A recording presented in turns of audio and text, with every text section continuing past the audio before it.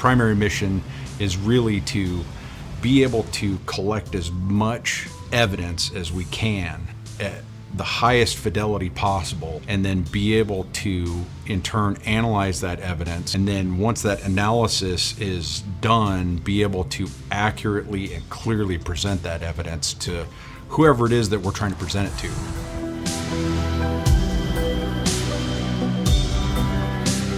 We've become extraordinarily confident in using the Leo in our work.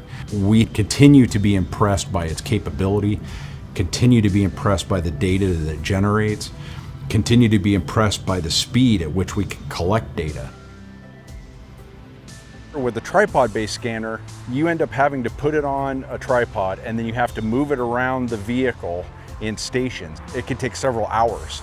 Whereas with the Leo, the time required to actually get the scans together or to collect the data is much contracted. And you're getting the color data at the same time you're getting the three-dimensional data, which just speeds the whole process up tremendously.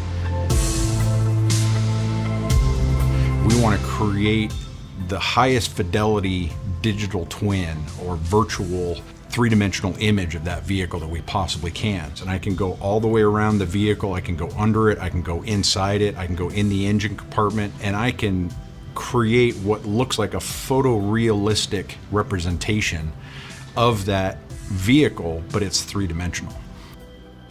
We can go in and we can take the undamaged model, and this is in the Artec Studio software. We can align it with the damaged model. Once we've got them aligned, then now we can start to see where all the damage is on the damaged vehicle versus an undamaged vehicle. At that location, it's telling you what's the offset between the nearest neighbor of that point on your damaged vehicle and the undamaged vehicle. Again, it just really gives us this extra level of fidelity over and above what we would get with the previous generation, if you will, of laser scanners.